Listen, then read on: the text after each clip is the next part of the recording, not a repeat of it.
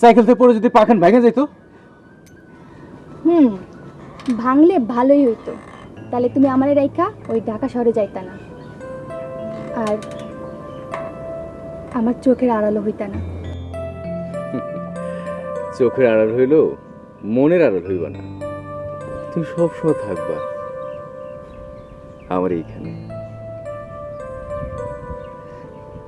তুমি আমারে এত ভালোবাসো? আমি তোমারে অনেক অনেক ভালোবাসি। কথা দাও, তুমি আমার ছেড়ে কোনোদিনও যাইবা না? সারাটা জীবন আমার জন্য অপেক্ষা করবা? সারা জীবন আমি তোমার জন্য অপেক্ষা করব।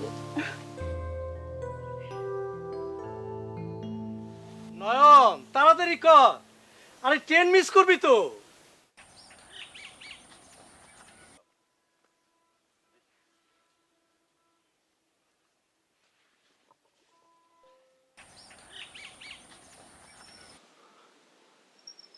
মনে রাখিস ভাই, তোরে পড়াশোনা করাইতে গিয়া আমার পড়াশোনা করতে পারিনি। জমি জমা যা কিছু আসিল সবকিছু বিক্রি করিয়া তোরে ঢাকা শহরে পাঠাইতেছি পড়াশোনা করাইতে। তোমরা আমার জন্য দোয়া করো। দোয়া করি ভাই, লেখাপড়া কইরা সবার মুখ যেন তুই উজ্জ্বল করতে পারো। আমি তোর রেল স্টেশনে পৌঁছে দিয়ে আসি। না না, তার দরকার নেই, আমি একলাই যাইতে পারবো। ভাবি, আমি তো আসি। মামনি, তুমি মন দিয়ে পড়াশোনা করবা, হ্যাঁ?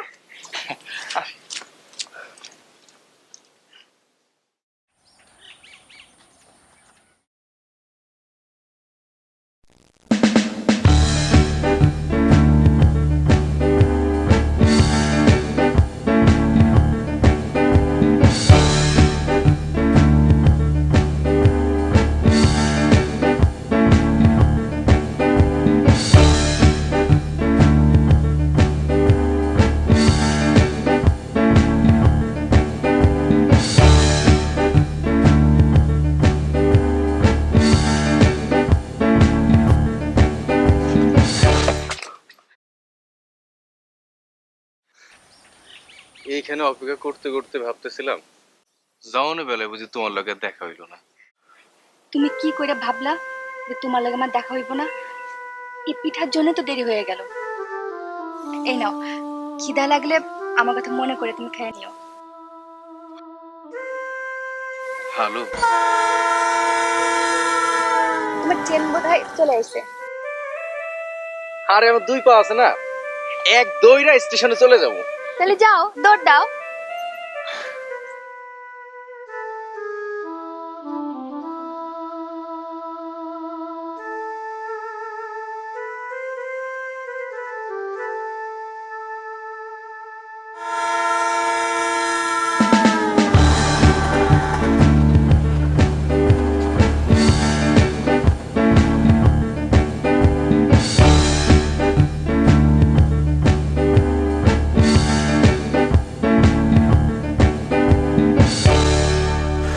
আসসালামু আলাইকুম।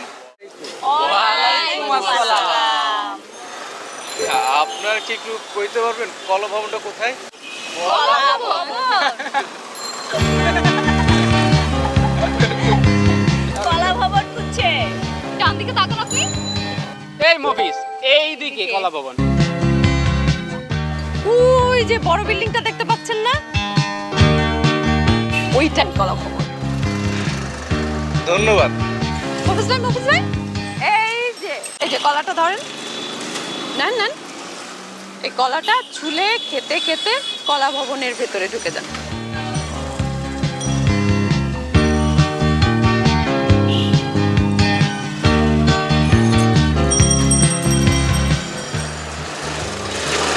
মফিস ভাই দেখি আজব এক চিড়িয়া, কলাটা চিড়িয়া নিয়ে নিল। আরে দেখতে হবে না কলাটা দিল কে? চল না আশা, তোর মফিজ ভাইকে নিয়ে একটু মজার খেলা খেলি। কি রকম? তুই যেমন আমাদের সাথে মিথ্যে প্রেমের খেলা করিস, মফিস ভাইয়ের সাথে একটু কর না। তোরা যখন বলছিস চল মজা করি, তার আগে দেখি মফিজ ভাই কলা ভবনের কোন ডিপার্টমেন্টে পড়ে। হ্যাঁ ভালোই হবে, চল চল দেখি।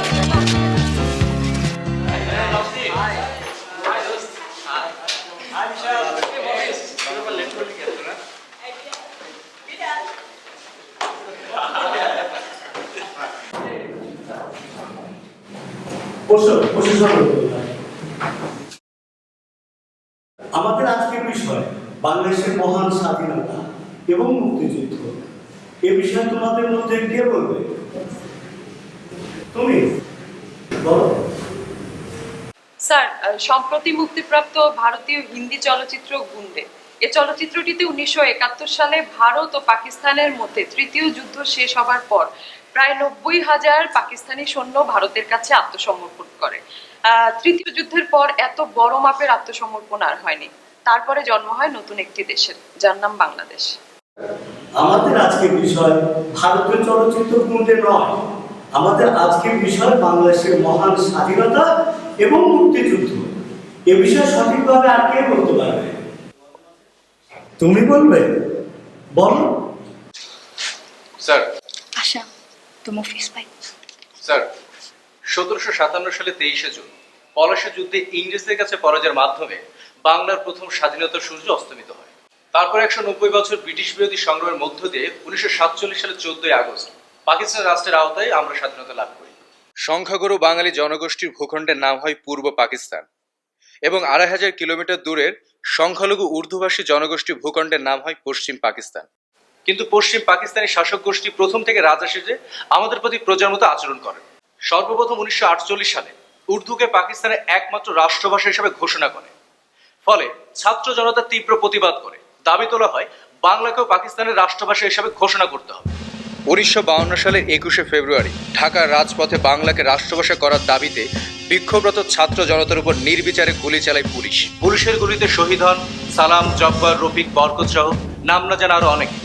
এই আত্মত্যাগের মধ্য দিয়ে 1956 সালে উর্দুর পাশাপাশি বাংলাকে পাকিস্তানের রাষ্ট্রভাষা হিসাবে স্বীকৃতি দেয়। তবে সামাজিক, রাজনৈতিক ও অর্থনৈতিক ক্ষেত্রে বাঙালিদের প্রতি পশ্চিম পাকিস্তান শাসক গোষ্ঠীর চরম অবহেলা ও বৈষম্যের কারণে বাঙালি জাতি বুঝতে পারে যে পাকিস্তানিদের সাথে আর থাকা যাবে না।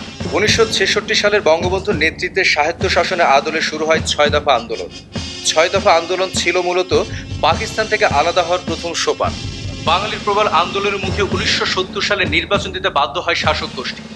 নির্বাচনে 300 আসনের মধ্যে বরাদ্দকৃত পূর্ব পাকিস্তানের জন্য 169টি আসনের মধ্যে 167টি আসনে জয়লাভ করে আওয়ামী লীগ।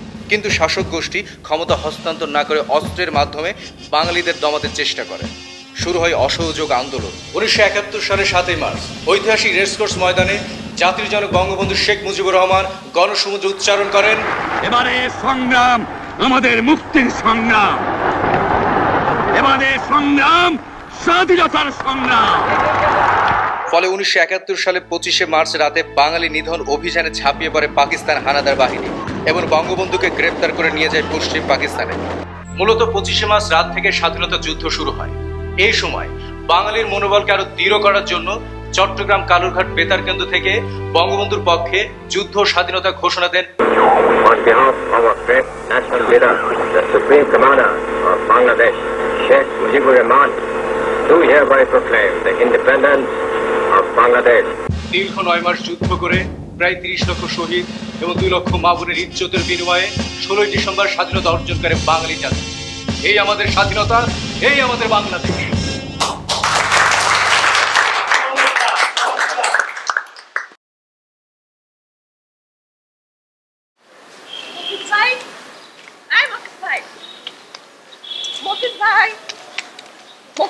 সরি, আমার নাম মফিজ না, আমার নাম হইতেছে নয়ন।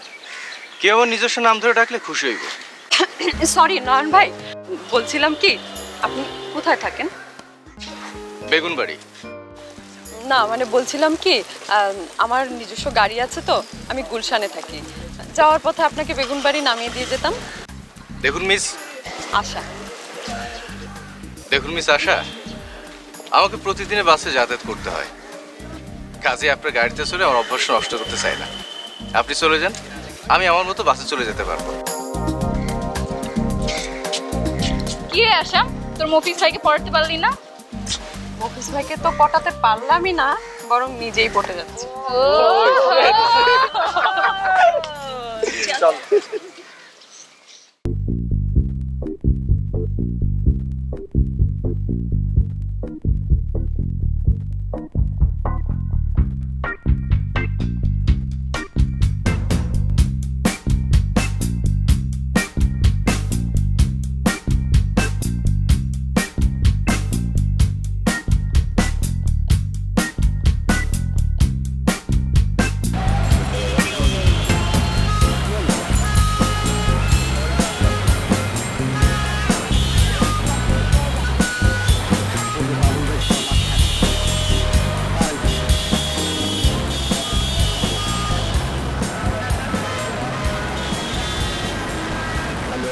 এই যে আসেন আসেন আসেন আসেন, আরে ভাই আসেন, আরে যাবো না, আরে না, আরে ওঠেন তো।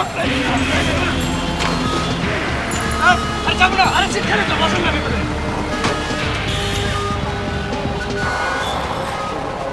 এই যে ভাই ভাড়া দেন। ভাড়া কত? কই যাবেন? বেগুন বাড়ি। বেগুন বাড়ি? এই বাস তো বেগুন বাড়ি যাইবো না। কি করলেন আপনি? তো আমার ট্রেনে তুললেন। বুঝতে পারছি, শোনেন, র্যাঙ্ক বিল্ডিং এর মোড়ে আপনারা নামাই দিতেছি, আপনি ওই ডান দিকে ব্রিজটা পার হইলে আপনি বেগুন বাড়ি যেতে পারেন। আপনি এই পর্যন্ত 5 টাকা ভাড়া দেন। ভাই আমি ঢাকা শহরে নতুন আইছি, এই র্যাঙ্কস ভবনে কি কইলেন আমি কিন্তু চিনি না। আচ্ছা নামাই দেবনি, আপনি এই পর্যন্ত 5 টাকা ভাড়া দেন। দেন 5 টাকা দেন।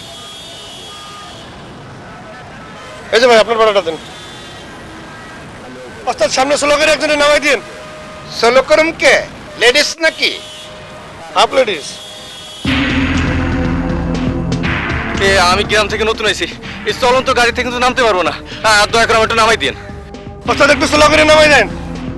সবুজ বাতি জ্বলতাছে, গাড়ি থামাইতে পারুম না। লাল বাতি জ্বলার আগে আগে সিগন্যাল পার হইতে হইব, নাইলে তো আবার 15 মিনিট এখানে খাড়া থাকতে হইব। এই যে ভাই নামেন নামেন, জলদি নামেন। আরে চলন্ত গাড়িতে কিভাবে নামবো? নামাজটা কেন হারামজাদা? আরে লাল বাতি তো জ্বলে যাইতাছে গা। আরে দূরে মিয়া নামেন তো।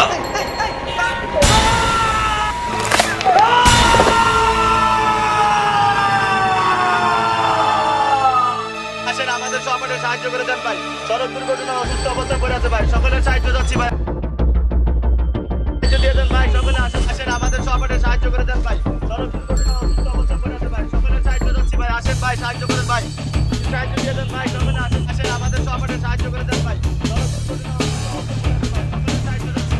সবাই সাহায্য করে দেন ভাই, সড়ক দুর্ঘটনা অসুস্থ অবস্থায় পড়ে আছে ভাই, সকলের সাহায্য যাচ্ছি ভাই, আসেন ভাই সাহায্য করেন ভাই। তোমরা নয়নের ছবি লাগিয়ে সাহায্য চাচ্ছ কেন? নয়ন তো সড়ক দুর্ঘটনায় আহত হয়ে পঙ্গু হসপিটালে ভর্তি, তার চিকিৎসার জন্য আমরা সাহায্য করছি। টাকার শর্ত তার কেউ নাই, গ্রামে আমরা খবর পাঠাইছি। পঙ্গু হসপিটাল।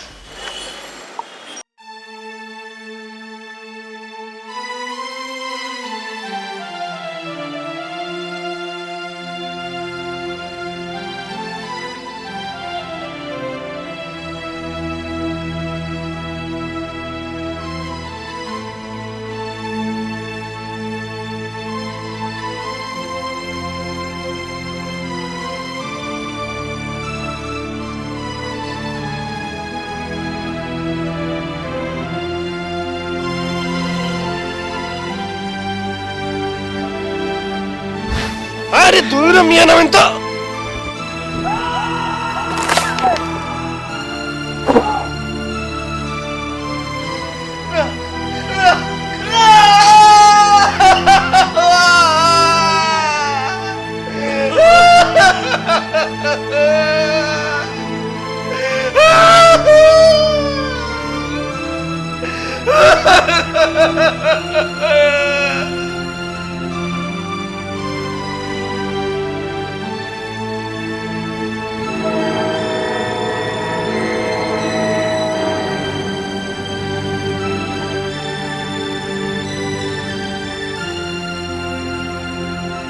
সাবধানে নামেন ভাই, সাবধানে।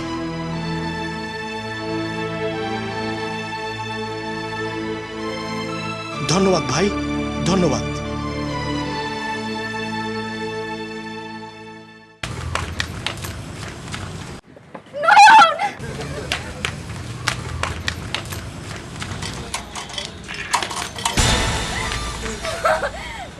নয়ন, নয়ন এটা কি হয়ে গেল নয়ন?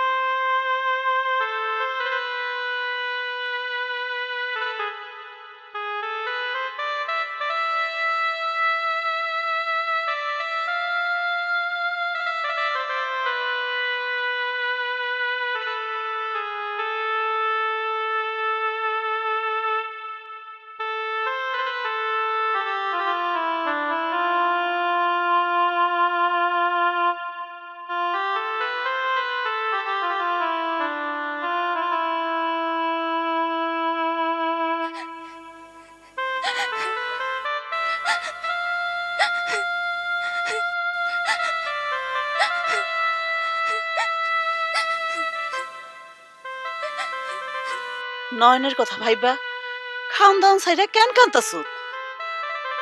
ওই পঙ্গুডারে নিয়ে তোর জীবন চলবো না। আমরা তোর বিয়া ঠিক করতেছি। আজ থেকে নয়নের লগে তোর চলাফেরা বন্ধ। এই তোর খাওন রাইখা গেলাম, খায়া নিস। বিয়া না হওয়া পর্যন্ত এই ঘরেই থাকবি।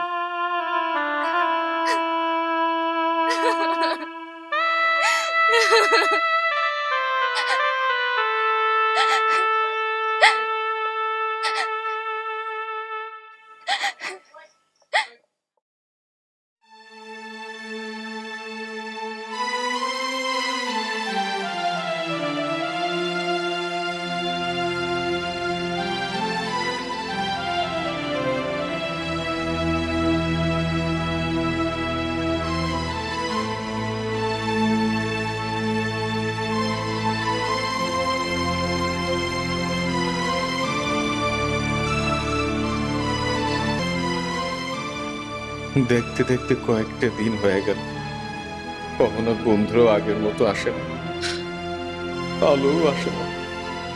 নিশ্চয় আলো কিছু একটা হয়েছে, তা না হইলে আলো কেন আসবো না?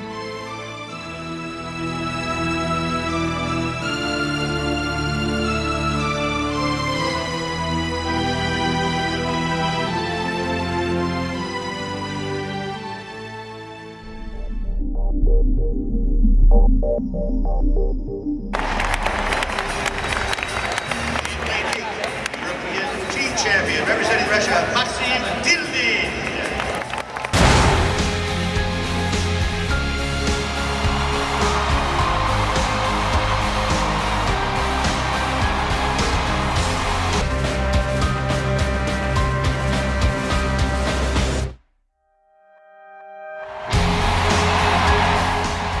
ইয়েস,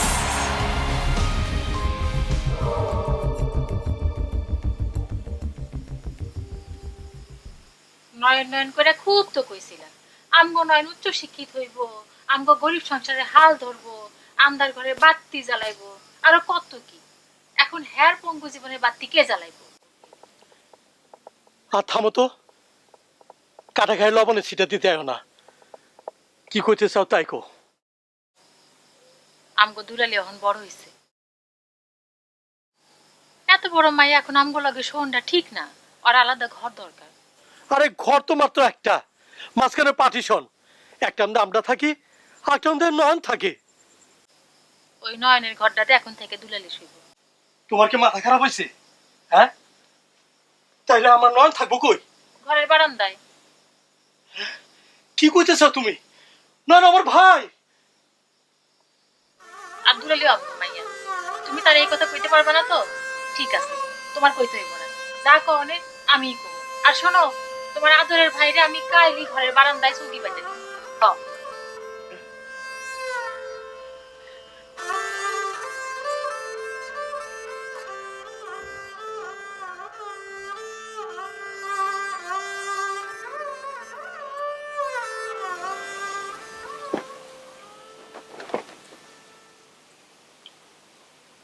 এই যে আজ থেকে তুমি এখানেই থাকবা।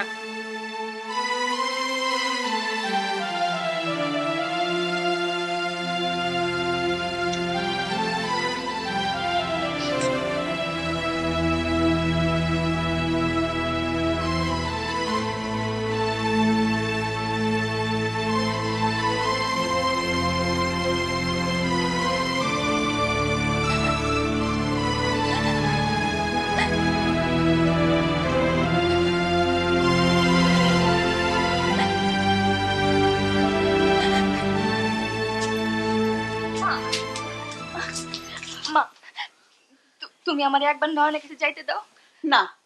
2 দিন পরে তোর বিয়া, বড় লোকের পোলার লগে। মা গো, শেষবারের মতো তুমি আমাকে যাইতে দাও। আমি একবার দেখে চলে আসবো। তোরে না কত করে কইছি, ওর কথা তুই ভুলে যা। যে পোলার লগে তোর বিয়া, সে যদি তোর কথা নয়নের কথা জানতে পারে, তাহলে তোর একদিন কি আমার একদিন। আমি যা কইছি এটাই শুনবি তুই।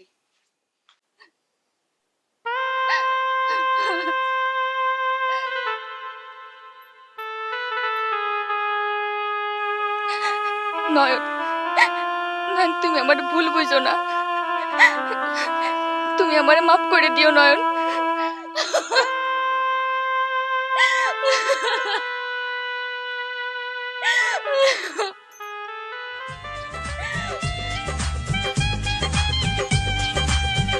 দুলারি, দুলারি, কার বিয়ে বাজনা আছে রে মা? তুমি জানো না চাচু, আজ কালো চাচুর বিয়ে হইতেছে।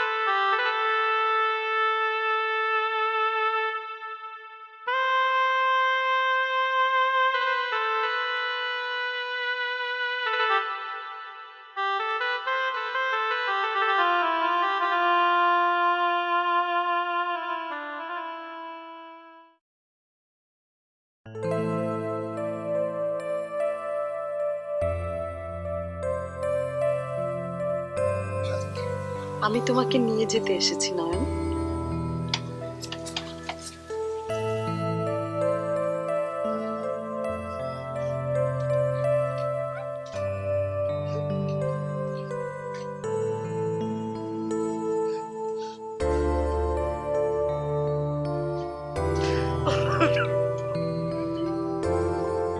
আমার নয়নকে ভালো করে।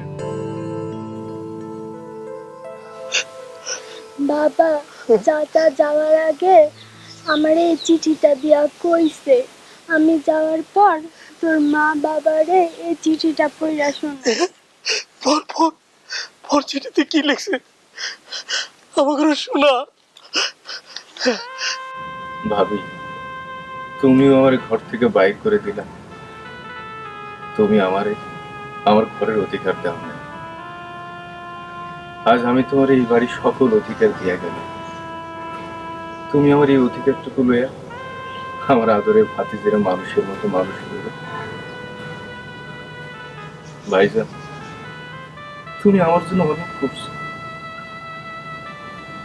জানি না তোমার এই ঋণ কোনোদিন শোধ করতে পারবো কিনা। তুমি আমার জন্য দোয়া করো, আমি যেন তোমার স্বপ্ন পূরণ করতে পারি। দুলারিরে দেখে রেখে আমি ভুল করলে আমার ক্ষমা করে দিই, এতে তোমাদের নয়।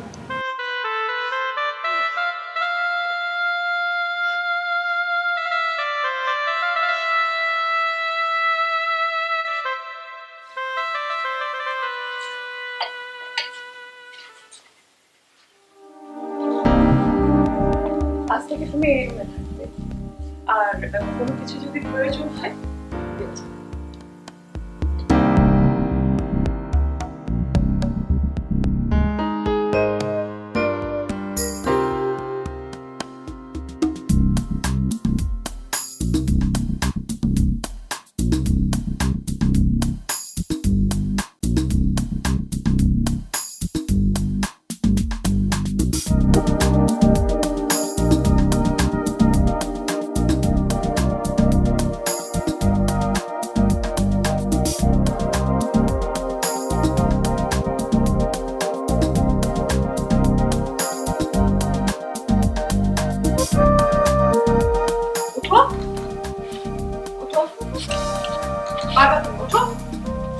চেষ্টা করো, ওঠো। এই তো, ভেরি গুড। আমাকে ধরো, ধরো। এই তো, পাওয়া পাওয়া পাও, সামনে মারো। এই এই এই যাও যাও যাও।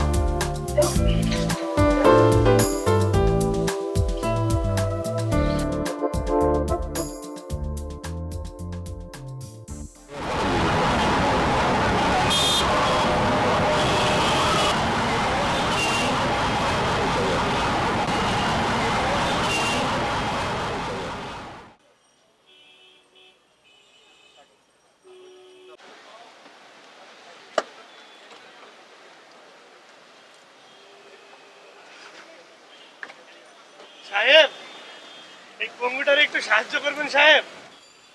Sir, sir, sir, sir, sir, আমারে চিনতে পারছেন স্যার?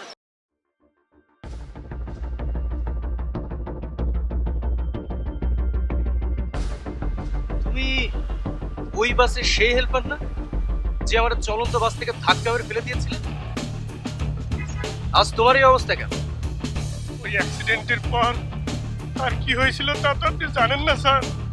ওই অ্যাক্সিডেন্টের পর সেখানে তো মেরে হলো। এই এই ড্রাইভার, গাড়ি থামাও। গাড়ি থামাস না কেন? আই ধর।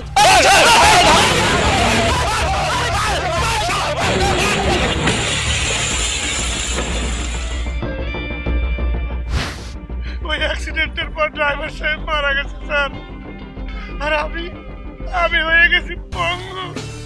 সেই থেকে ভিক্ষা করে স্যার, আপনি আমারে মাফ করে দেন, মাফ করে দেন। তোমরা কতজনের কাছে মাপ চাইবে? তোমাদের কারণে কত মায়ের বুক খালি হচ্ছে, কত মানুষ পঙ্গুত্ব বরণ করছে, সেই হিসাব আছে তোমাদের কাছে? স্যার, আজ আমি পা হারাইয়া বুঝতে পারছি স্যার, একটা দুর্ঘটনা মানুষের জীবন কিভাবে শেষ হয়ে যায় স্যার। তাই আজ আমি ড্রাইভার ভাইদের, হেল্পার ভাইদের অনুরোধ করে বলছি, আপনারা খুব সাবধানে গাড়ি চালায়েন, আর যাত্রী ভাই বোনদের সাথে দুর্ব্যবহার করেন না স্যার। স্যার, আপনি আমারে মাফ করে দেন স্যার, আপনি আমারে মাফ করে দেন।